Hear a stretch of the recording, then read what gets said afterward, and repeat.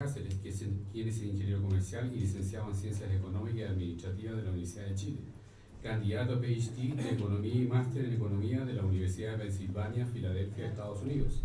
1985, especialista en finanzas de la Escuela de Negocios de Wharton School, de ese mismo organismo. Magíster en Economía, Escolatina, programa de graduado, Universidad de Chile, 1980. Participó en 1997 como investigador asociado en el proyecto de evaluación del marco institucional de la educación media técnica profesional, Ministerio de Educación, y entre 1996 y 1997 en el proyecto de la Red Alfa, Gestión Económica Administrativa y de Desarrollo Patrimonial de las Universidades, que contó con la colaboración de diversas universidades iberoamericanas. Actualmente se desempeña como vicerrector de Asuntos Económicos y Gestión Institucional de la Universidad de Chile. El señor Carlos Cáceres expondrá ejemplos prácticos de análisis institucional y sugerencias para trabajo en red.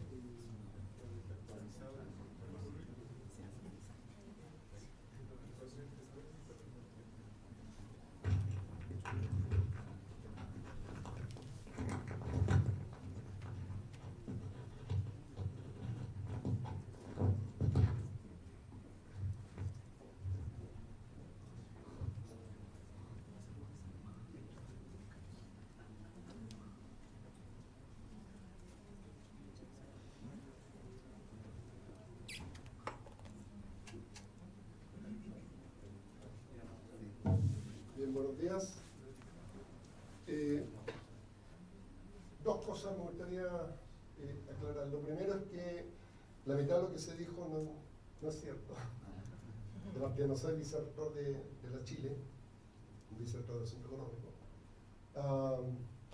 Y lo otro es que me gustaría que me aclaren cuánto es el tiempo, porque de acuerdo al programa yo tendría que haber terminado la presentación. Lo que pasa es que, como usted dice, hoy día, el viernes ayer, en las mesas de trabajo quedaron unos grupos pendientes. Está bien, pero ¿cuánto es el tiempo? Son aproximadamente 45 minutos. Ya. ¿Sí? Con el mismo tiempo Está ya. bien, está bien, está bien. No, es que para no afectar el grupo que viene. El almuerzo, En el almuerzo, sí. Bien. A ver, yo lo que voy a hacer es una presentación que está basada en experiencias que tienen algún vínculo con análisis institucional, pero yo no he trabajado en análisis institucional y no soy experto en análisis institucional, sino que he tenido vínculos, relación. Entendió que lo había dicho era mentira. Dile que lo que tu presentación era. Dile eso.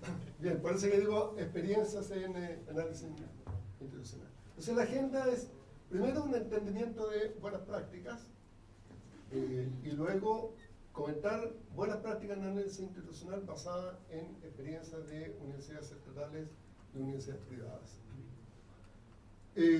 Por buenas prácticas en análisis institucional yo entiendo experiencias exitosas en el logro de los propósitos, ¿no? Cualquiera sean los propósitos que se propongan alcanzar, que siguen mejores procesos o procedimientos de acuerdo a principios, metodologías. O sea, esto no es azar, sino que hay un método, ¿de acuerdo? Persiguen calidad, eficiencia en el logro de los objetivos, satisfacción de usuarios, ¿verdad? Responden a una necesidad y lo logran. Son referencias o modelos a seguir, son ejecutadas por profesionales calificados, especializados, tienen respaldo en evidencias susceptibles de ser comprobadas. O sea, ¿cuál es la experiencia que he tenido yo cuando uno escucha hablar de buenas experiencias? Es que en general, y esto es una opinión personal, no se cumplen, ¿verdad?, estas condiciones. Uno escucha hablar de muy buenas experiencias, pero a veces son como autorreferencias. O sea, lo que falta, en mi opinión, para calificar algo que sea realmente una buena experiencia es la capacidad de chequear si efectivamente se han logrado los propósitos exitosos. De lo contrario, cualquier directivo, cualquier persona, ¿verdad?, puede hacer referencia a una experiencia y decir, bueno, esto yo lo hice y fue una buena experiencia. Lo que yo creo que nos falta acá en Chile es masas críticas, de tal manera de exponernos a críticas, así como los académicos lo hacen, ¿verdad?, cuando escriben un paper. Yo creo que lo que falta en Chile es formar masas críticas, de tal manera de asegurar algunas buenas prácticas en análisis institucional. Entonces, en cada una de las diapos voy a ir mencionando un elemento en el cual yo creo que debiera haber buenas prácticas y cómo están. Lo primero es, ¿cuál es la mejor práctica respecto de estructura organizacional? ¿Dónde debiéramos ubicar análisis institucional? ¿Debiera depender del rector? ¿Debiera depender del prorector? En caso de que exista prorector, ¿debiera depender de un vicerrector? ¿No? Yo partí con una idea y, producto de la experiencia, me he convencido de que donde cumpla mejor el objetivo y estén las condiciones que aseguren mejores prácticas. ¿Por qué lo digo? Porque, dado que en Chile no se ha profesionalizado la gestión universitaria, entonces esto es muy cambiante. Se cambia el rector y cambia la estructura en la práctica, la estructura organizacional. Algo que puede ser muy importante en un momento dado con un rector, ¿no? Si asume un rector, no cambia la estructura, puede que la ignore. Entonces, para mí existe como una estructura formal y una estructura, ¿verdad?, informal. Y me he convencido de que no tiene mucho sentido discutir dónde ubicar análisis institucional en la estructura organizacional, sino lo importante es que funcione. Déjenme contar una experiencia. En la Chile, cuando se crearon estas unidades, pues Ricardo comenzó con este tema, ¿verdad?, el mes para el 99, ¿no? Los fondos concursables. Entonces, en algún momento la discusión fue si le hacíamos caso a las primeras misiones de los gringos, ¿verdad?, cuando nos decían tienen que ir hacia las oficinas de investigación institucional. Se comenzó la primera misión, ¿verdad? Y luego se bajó el perfil a un análisis institucional que era instalar el tema. Entonces, la pregunta era, ¿dónde se instalaba en la Universidad de Chile? Y yo veía que estaba muy frío a nivel del rector de la Universidad de Chile, a nivel del prorector, y finalmente terminó análisis institucional en la Vicerrectoría de Asuntos Económicos y Gestión Institucional. Y eso es una aberración. No debiera, o sea, si uno lee cualquier texto, no debiera estar ahí. Pero, dadas las condiciones, cómo operaba la Chile, yo tenía la convicción de que ahí iba a funcionar mejor. En otra universidad puede que dependa del prorector, dependa del rector, etc. Lo importante, ¿verdad?, es que funcione. Ahora, claro, la recomendación es, mire, mientras más alto, mejor, ¿verdad?, porque apoya el cerebro de la universidad, etc., etc. Pero también me he ido convenciendo de que a veces todo lo que depende del rector no funciona. Todo lo que depende directamente, ¿verdad?, salga de las vicerrectorías, etc. Pero si uno recarga mucho la dependencia del rector, entonces la práctica no funciona. Pero el rector no está haciendo un monitoreo y no tiene por qué estar haciéndolo. ¿De acuerdo? Entonces, esa es la primera afirmación. Para definir la estructura organizacional, lo clave es qué nos proponemos en análisis institucional, y eso es definir bien los propósitos. Luego, ¿cómo lo logramos? Eso define la estrategia de análisis institucional. ¿Cómo nos organizamos entonces? Finalmente la estructura. Ahora, esto es lo mismo que yo creo que hay que seguir en la red. En mi opinión, el proyecto del convenio marco está muy abierto. O sea, el Ministerio inyecta recursos a un proyecto que está por definirse, está súper abierto. Y yo lo que creo es que... Lo que yo creo es que en la red hay que entregar unos lineamientos respecto de qué se propone alcanzar como directrices, ¿no?, la estrategia de cómo lograrlo y luego cómo organizarse, cuál es el mandato, etcétera, etcétera. Al final voy a hablar sobre este tema. Otra buena práctica, yo creo, es tender gradualmente hacia investigación institucional. Yo creo que todavía no estamos en condiciones de lograrlo en Chile, y probablemente en América Latina también estemos muy distantes. Pero yo creo que hay que tender más hacia la parte de análisis de investigación. La fase más primaria es una unidad de estadística, recopilan información, validan la información, difunden la información internamente hacia el ministerio. Bueno, primero, yo creo que como primera fase, esto hay que hacerlo bien. Siendo la primera fase, en mi opinión, queda mucho por hacer hoy día. Hay algunas universidades que lo están haciendo muy bien, que ya superaron esta etapa. Hay otras universidades en que todavía están, yo creo que están en la etapa preliminar. Si uno va a las facultades, le dicen, en la unidad de análisis institucional hay problemas. Si uno le crea la unidad de análisis institucional, le dicen, esta es la información oficial. Pero lo cierto es que algo está fallando, o la información no está validada, o hay un problema de comunicación. Esto es varias universidades, ¿no? Un paso más adelante es la unidad de estudios, en que hay indicadores, no te sigue, yo hablo de indicadores líderes, porque quien ya lo han dicho, lo dijo Ricardo esta mañana, luego lo dijo Oscar, o sea, esto de empapelarse con indicadores no sirve, ¿no? Uno se marea con muchos indicadores. La unidad de estudio focalizada en eficiencia interna, eficiencia externa. Hay un paper de Emil Salmi que es muy bueno, ¿verdad? Hace una revisión de los indicadores a nivel internacional, tanto de eficiencia interna como eficiencia externa e indicadores de calidad. Claramente esta es una etapa más avanzada que la unidad de estadística.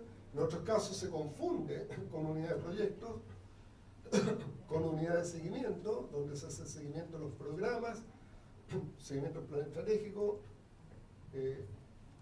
análisis de entorno, etc.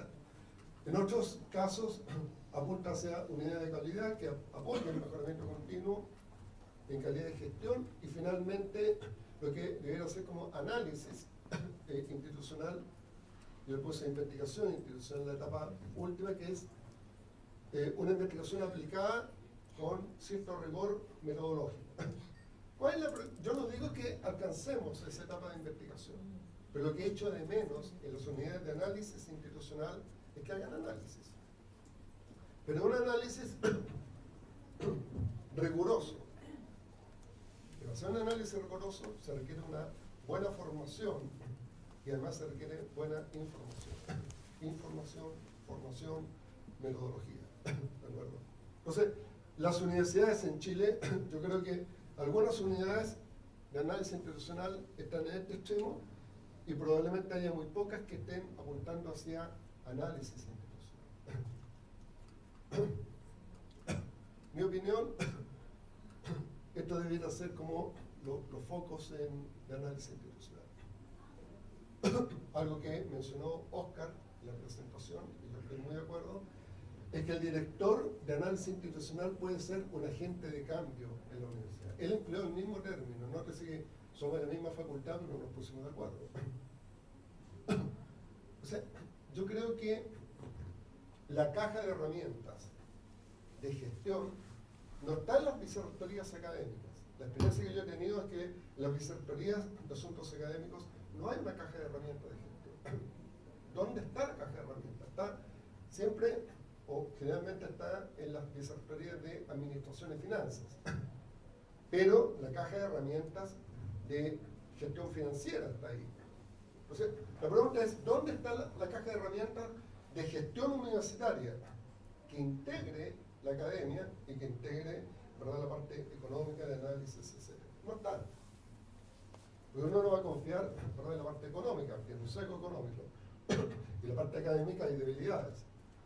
Entonces aquí hay un espacio como para que el director de análisis institucional asuma este rol como agente de cambio. Hay un problema frecuente en las universidades que denomino ignorancia compartida. Esto es omitir el análisis institucional de los temas relevantes. Yo tengo la convicción de que hay espacio, ¿verdad?, como para llenar la agenda de temas muy relevantes en términos de análisis institucional.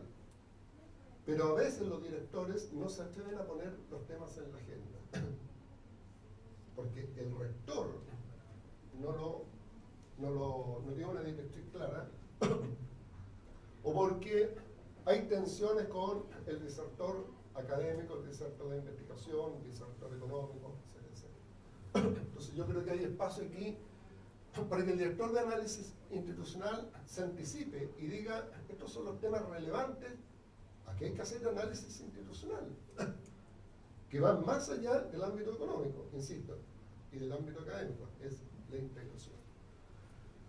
Pero a veces no lo hacemos porque no queremos asumir las consecuencias. A veces es mejor ignorar el problema, aunque intuitivamente sabemos que existe, pero es mejor ignorarlo, porque desde el momento en que lo abrimos, lo planteamos, o sea, queda en evidencia la segunda fase de qué hacer, dado que tenemos explícitamente un problema. En cambio, si lo ignoro, entonces nadie me pasa la cuenta. ¿De acuerdo? Pero si abro la caja de Pandora y digo, estos son los temas, aquí hay un diagnóstico que lo hizo análisis institucional, la fase siguiente es, ¿y qué? ¿Qué hacemos? Y si el rector no está dispuesto a tomar decisiones, entonces, aun cuando no se lo diga el director de análisis institucional, la agenda es sobre temas irrelevantes o vuelvo a una oficina de estadística. Esa es la mejor evidencia, y ahí está la evidencia a nivel de la universidad. Nuevos desafíos en análisis institucional, ¿no? Con la gente que viene. La agenda actual, insisto, la etapa previa, proveedor de indicadores. Yo he hablado con algunos directores o profesionales o analistas de análisis institucional y me impresiona cómo se autodefinen como proveedor de indicadores. Yo proveo de indicadores. Ese es mi rol. Y dependiendo del estado de la universidad, probablemente tenga mucho valor agregado cumplir esa función, pero no se puede quedar en esa etapa básica. El segundo tema que ocupa la agenda actual es apagar incendios.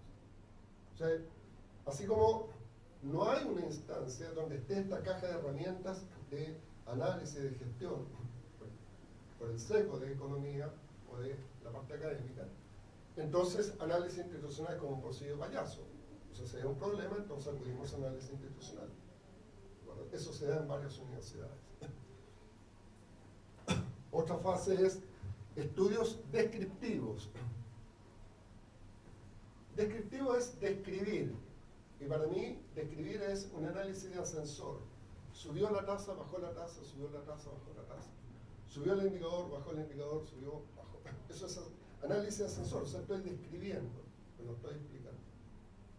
Si no paso a la fase de explicar, no conozco las causas. Solamente describo. Entonces, esa también es una etapa primaria. Eso no te sigue etapa primaria, primaria, primaria. O sea, esto es un avance. Pero yo creo que hay que pasar a la fase de estudios que expliquen y que realmente sean verdad prospectivos. Que entreguen herramientas realmente para la gestión, para la toma de decisiones. Un análisis descriptivo no entrega herramientas. Un análisis explicativo sí lo entrega.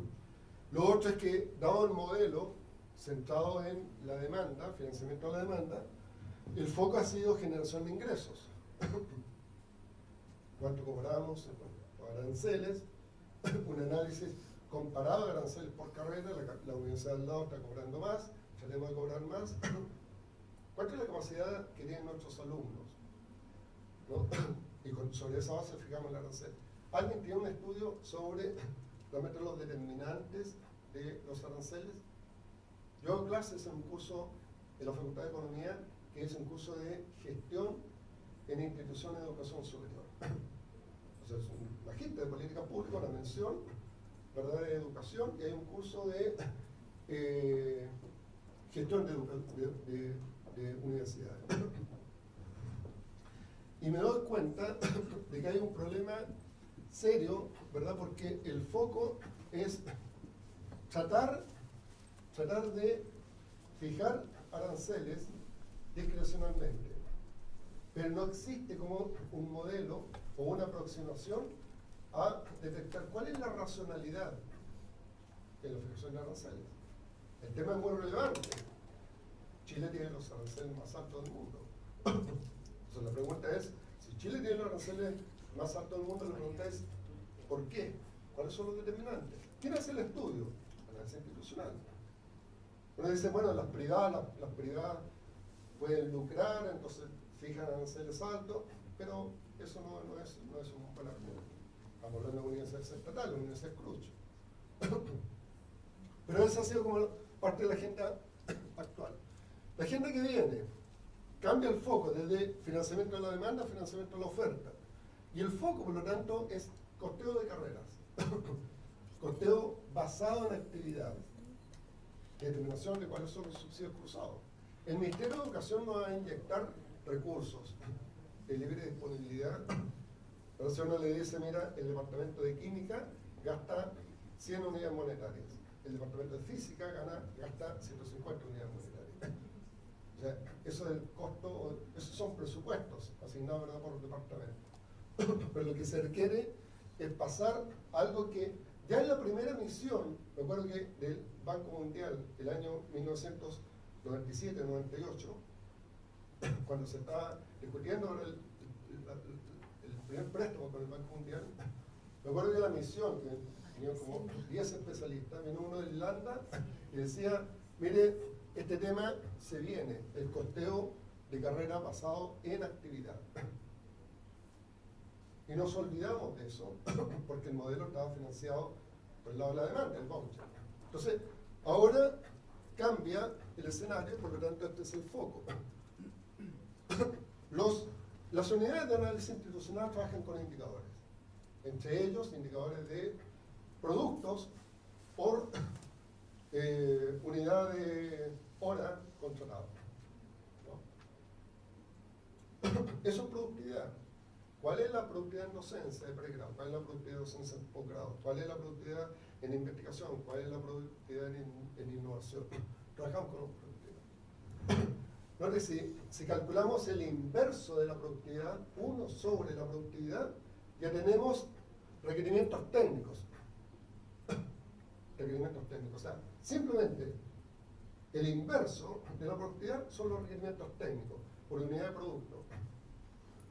Si lo multiplicamos por el costo, tenemos el costeo del producto.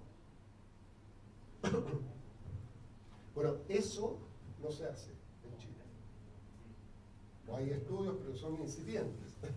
Esto requiere de mucho trabajo metodológico. No se trata de que alguien diga, mira, sí, yo hice un estudio de costeo avanzado en actividad y no lo presenté, ¿verdad? No me expuse a la crítica. Yo creo que hay que hacerlo. Eso se viene. Si no lo hacen ustedes, el Ministerio de Educación lo va a hacer. Y como están las cosas en el Ministerio de Educación, esto va a ser una improvisación. O sea, es una improvisación del Ministerio de Educación y que posteriormente las universidades afectadas van a reclamar, y al reclamar se termina, ¿verdad?, en una negociación por universidad con el Ministerio de Educación. Cuesta hacer clases de políticas públicas a los alumnos que uno está formando en este contexto. Entonces, uno, si quiere avanzar en la agenda, yo creo que esto es clave. Este es un tema para la red. Michael Meadow lo hizo en la Universidad de Delaware con un estudio comparado de costos de docencia. Escribió un paper y lo publicó en una revista especializada. O sea, se expuso a la crítica y después hay un seguimiento de eso. La agenda que viene, costo-efectividad. O sea, es clave esto. El Ministerio de Educación ha inyectado recursos para distintos programas de apoyo a los estudiantes, entre ellos propedéuticos, PASE y otros. Las universidades tienen múltiples programas de apoyo a los estudiantes. Y las universidades se definen, algunas universidades no selectivas se definen como inclusivas. Entonces dice, mira, yo recibo estudiantes en promedio, tienen 450 puntos. Los estudiantes que ingresan a una universidad, 500 puntos, en una universidad no selectiva. Entonces dice, sí, no soy selectivo, ¿verdad? Porque nuestra universidad es inclusiva. Yo no tengo tan claro si es inclusiva ex ante o lo justifica ex post. O sea, una definición es ¿cuáles son los estudiantes? ¿Cuál es el perfil de ingreso de los estudiantes que quiero tener? Porque hasta ahora el foco ha sido el perfil de egreso. El Ministerio de Educación se ha tirado, claro, la preocupación por el perfil de egreso y tiene toda la razón. La CNA, el criterio de evaluación, realiza el perfil de ingreso, modelo educativo que contribuye, tributa, ¿verdad?, a lograr un perfil de ingreso. La pregunta es, ¿el perfil de ingreso es residual? ¿Cualquiera puede ser perfil de ingreso? Si yo quiero formar un estudiante de astronomía, lo quiero transformar en un astrónomo de muy alto nivel, define el perfil de ingreso, todo el que tributa, ¿verdad?, para alcanzar el perfil de ingreso. ¿Cuál es el perfil de ingreso? ¿Cuáles son los conocimientos? ¿Cuáles son las competencias? ¿Cuáles son las habilidades? ¿Cuál es el piso para aceptarlo? Si digo, si una universidad inclusiva no define el perfil de ingreso, puede recibir a cualquier estudiante, sin filtro, universidad para todos. Si es así, hasta yo lo creería en la medida en que me convenzan de que hay una innovación, como decía Oscar, tal que me transforme a alguien que no tiene las competencias, las habilidades, los conocimientos, me lo transforme en un buen astrónomo. Tendría que ser, pero fantástica la innovación. Pero no solamente le tendría que decir quién innova, sino que le tendría que someter al juicio de pares, de manera que uno diga si pasó el filtro. ¿Verdad? La CNA está avanzando un poco en esa línea. Entonces, corta efectividad de estos programas de inclusión. O todas las innovaciones. Está muy bien lo que dijo Oscar. Tenemos en la Facultad de Economía de Chile, tenemos un centro que lo dirige Oscar. Está muy bien. Y trabaja con mucha gente. Pero es muy importante el estudio de costo-efectividad. Costo-efectividad. Bueno. El assessment, evaluación integral. Esto se viene, ¿verdad? Se viene con fuerza. El problema, nuevamente, es que las vicerrectorías, que lo debieran hacer las vicerrectorías académicas, no lo hacen. O no siempre tienen los instrumentos, ¿verdad?, como para hacerlo. O, por último, son juez y parte. Quien instaló el modelo educativo lo evalúa. Y hay un sesgo, ¿verdad?, de tal manera que la evaluación puede resultar bien, pero hay un problema de evaluación integral.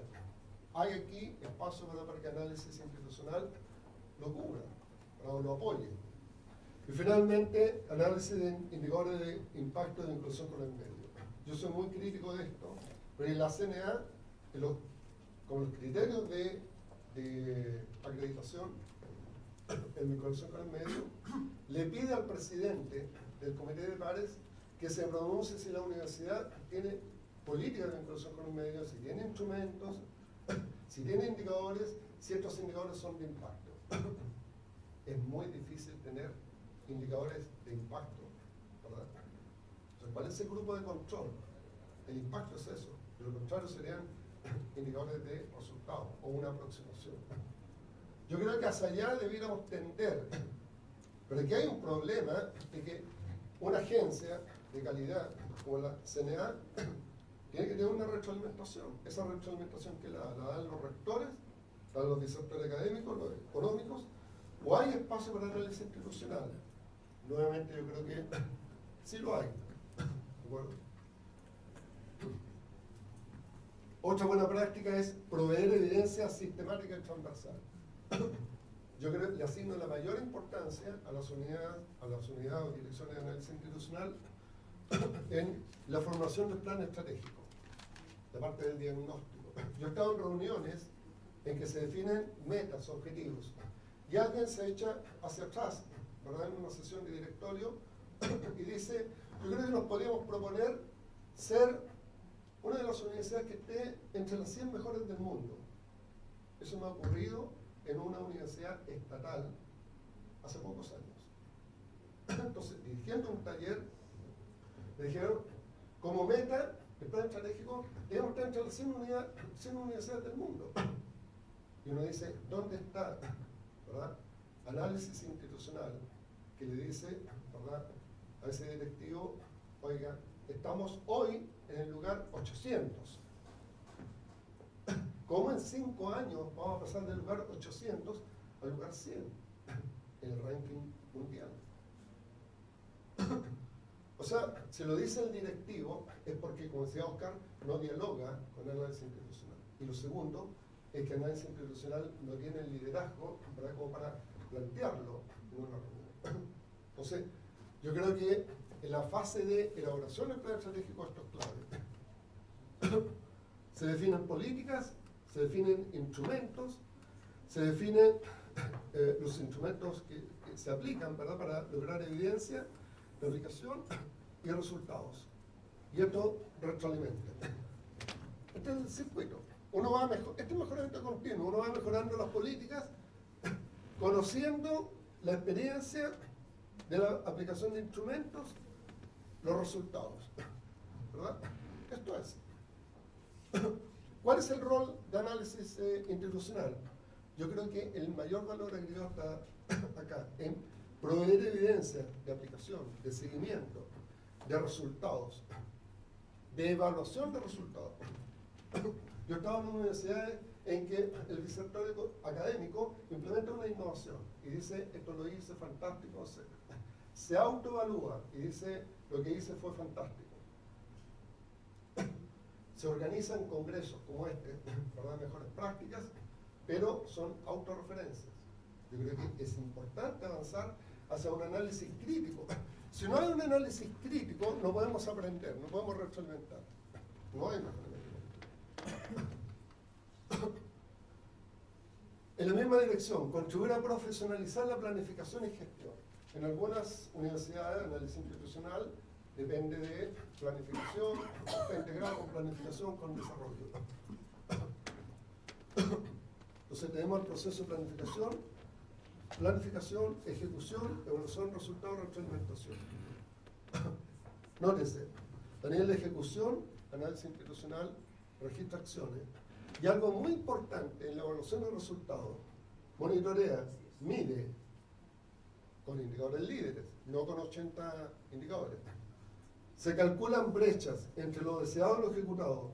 Se buscan explicaciones plausibles de los resultados. Por eso es que es importante pasar desde la provisión de indicadores al análisis descriptivo y luego al análisis explicativo, ¿no? Y finalmente se evalúan impactos. Esto es fantástico. Eso es lo que acaba de decir Oscar, eso es central. En la Facultad de Economía, y lamento que Oscar no esté, pero se tiene que retirar, la mitad de la facultad está feliz con el centro. La otra mitad dice, ¿y cuál es la evaluación? ¿Cuál es el costo de efectividad? Esto no es barato. Entonces, se corre el riesgo de que si uno lo evalúa sistemáticamente, en algún momento desaparezca. Y desaparezca algo que lo está haciendo bien, pero no tiene evaluación. Y se corrigen acciones y se adoptan decisiones. O sea, aquí está la contribución de análisis institucional a la planificación y a profesionalizar la planificación. Algunas recomendaciones, no me puedo extender por la hora, para mejorar. Transforme sus conversaciones de pasillo y catarsis, que en todas las universidades existe. Un buen análisis sería cuántas horas destina la universidad a las conversaciones de pasillo y de catarsis. Porque debería ser el primer tema de análisis institucional, medir, cuantificar. Si usted no convierte estas conversaciones de pasillo y catarsis en análisis institucional, no está avanzando. Es parte, ¿verdad?, de la catarsis. Se requieren indicadores de proceso, indicadores de resultados, datos duros, seguimiento. Esto supone conocimiento, competencias, saber escribir y persuadir. Si uno sabe escribir y lo deja, eso va a un escritorio X y duerme eternamente ahí. O sea, análisis institucional yo exigiría capacidad, ¿verdad?, como para analítica, saber escribir y además persuadir como agente de cambio. Diseña una estrategia efectiva de análisis institucional para combatir el síndrome de ignorancia compartida, el avestruz. Haga la agenda, propóngala. Llegue a la junta directiva, llegue al consejo superior, convenza al rector, convenza al equipo directivo. Internalice el análisis institucional en todos los ámbitos y niveles de la universidad, no solamente en la administración central.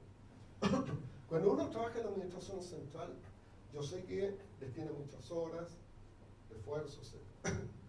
Pero cuando uno visita las unidades académicas, nota que a veces el esfuerzo no está llegando, la estrategia no está llegando a las unidades académicas. Y a veces, si uno está encerrado entre cuatro paredes en las unidades de análisis institucional, no va a la facultad, ¿no? Uno dice, lo estamos haciendo muy bien, pero en la práctica hay una brecha muy grande. Entonces, hay que internalizar análisis institucional en todos los ámbitos. Esto no significa que todas las unidades académicas tengan que tener análisis institucional, obvio, pero sí tiene que trabajar en forma articulada. Perfeccione su personal en buenas prácticas de análisis institucional. En mis tiempos, yo soy del tiempo de la máquina de escribir, del correo. Entonces, me acuerdo cuando iba a la facultad a buscar un libro o una revista, encontrar la revista de hace como un año atrás, en el mejor de los casos. Hoy día está todo en internet. Chile además es una economía abierta. Chile es una de las economías más abiertas del mundo. Estamos avanzando en internet. Por lo tanto, lo que quiero decir es que si uno quiere ser competitivo en el análisis institucional, tiene que ser competitivo a nivel global. No a nivel de la región, no a nivel de un grupo de regiones o a nivel del país.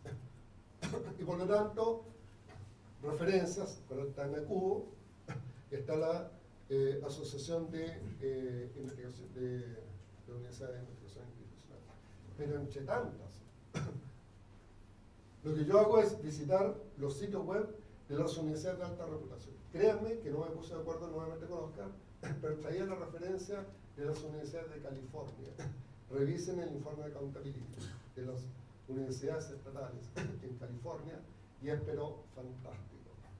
O sea, 13, 15 capítulos, pero ahí está la metodología, ahí están los resultados, critiquen el informe. En Chile no ocurre eso. Los informes de accountability son informes promocionales, son informes de cuentas que hace el rector. Entonces, falta profesionalismo ahí. O sea, un informe de accountability de verdad es riguroso en la información, riguroso en la metodología, se expone al juicio rector. Otras recomendaciones: indicadores líderes y sistemáticos. No empapele las paredes con base de datos, indicadores no relevantes. Me asusta lo que vi en la red, que dice gran base de datos. Se lo dije a Marco. Me asusta eso. O sea, hay recursos públicos para una red. Yo creo que no está definido todavía cuál es el producto de la red. No está definido cuál es la estrategia. No está definido cuáles son las directrices. No está definido cuál es el mandato. No está definido cómo va a operar. Pero sí está definido que queremos una gran base de datos. Y el riesgo es para que empapelemos las paredes con base de datos. Lo que se requiere es estudios como este de la Universidad de Delaware, estudio de productividad, estudio de costeo.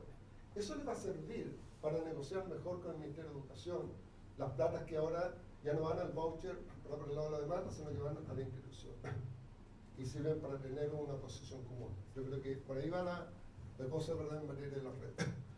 Análisis comparado, un continuum benchmarking, o sea, lo que acabas presentando, Ricardo, eso es clave. Es clave. Aun cuando no le guste al rector, eso es clave. Análisis y el benchmarking a nivel de carreras, no solamente institucional, sino que a nivel de carreras. Déjenme decir una cosa. La Facultad de Economía no tiene acreditada la carrera de Ingeniería Comercial. No está acreditada. Y para nosotros es clave la comparación que hacemos con las universidades que están en nuestro segmento. Entonces nosotros decimos, bueno, tenemos cierta productividad, ¿cómo lo están haciendo los vecinos del segmento? En ese sentido, más que los informes de la CNA, nos ayuda el benchmarking. Eso es lo que nos ayuda. Y no solamente el benchmarking interno, porque nuestro más cercano competidor es de la universidad privada, que es la Universidad Católica. Nosotros somos una universidad estatal. Entonces, nos tenemos que ir al benchmarking de la Universidad de Sao Paulo, universidades públicas de América Latina en este ámbito. Bueno, nos costó 5 años obtener la acreditación internacional, en que solamente un 2% de las universidades están acreditadas por esa agencia. Y eso es sobre la base de benchmarking. Análisis compartido, público y expuesto a la crítica de pares. Conozco unidades de análisis institucional, varias universidades, en que se escribe un informe, no se pone fecha, no se pone documento número 1, número 2, número 3, para identificar si es una secuencia, si es sistemático. Lo conoce el rector, lo conoce el vicerrector, lo conoce el director, no lo conoce la comunidad, no lo conocen los pares, no se somete a crítica. Esto es una debilidad. No van a crecer mientras no haya exposición a la crítica. Avanzar en informe de rendición de cuentas riguroso y sistemático. La experiencia de la Universidad del Estado de California. Contribuir a mejorar los informes de autoevaluación. Esto es más difícil, porque los informes de autoevaluación hay mucho de gatopardismo, mucho de maquillaje. Salimos bien parados en la foto, en general, de los informes de autoevaluación. Ahí hay una debilidad a nivel de la metodología del CNA. Pero un buen informe de autoevaluación debe tener mucho sustento en lo que haga análisis institucional. Pero eso no se da, es más difícil para pedirlo. En síntesis, buenas prácticas parciales de análisis institucional puede haber en varias universidades o en diferentes estadios de desarrollo.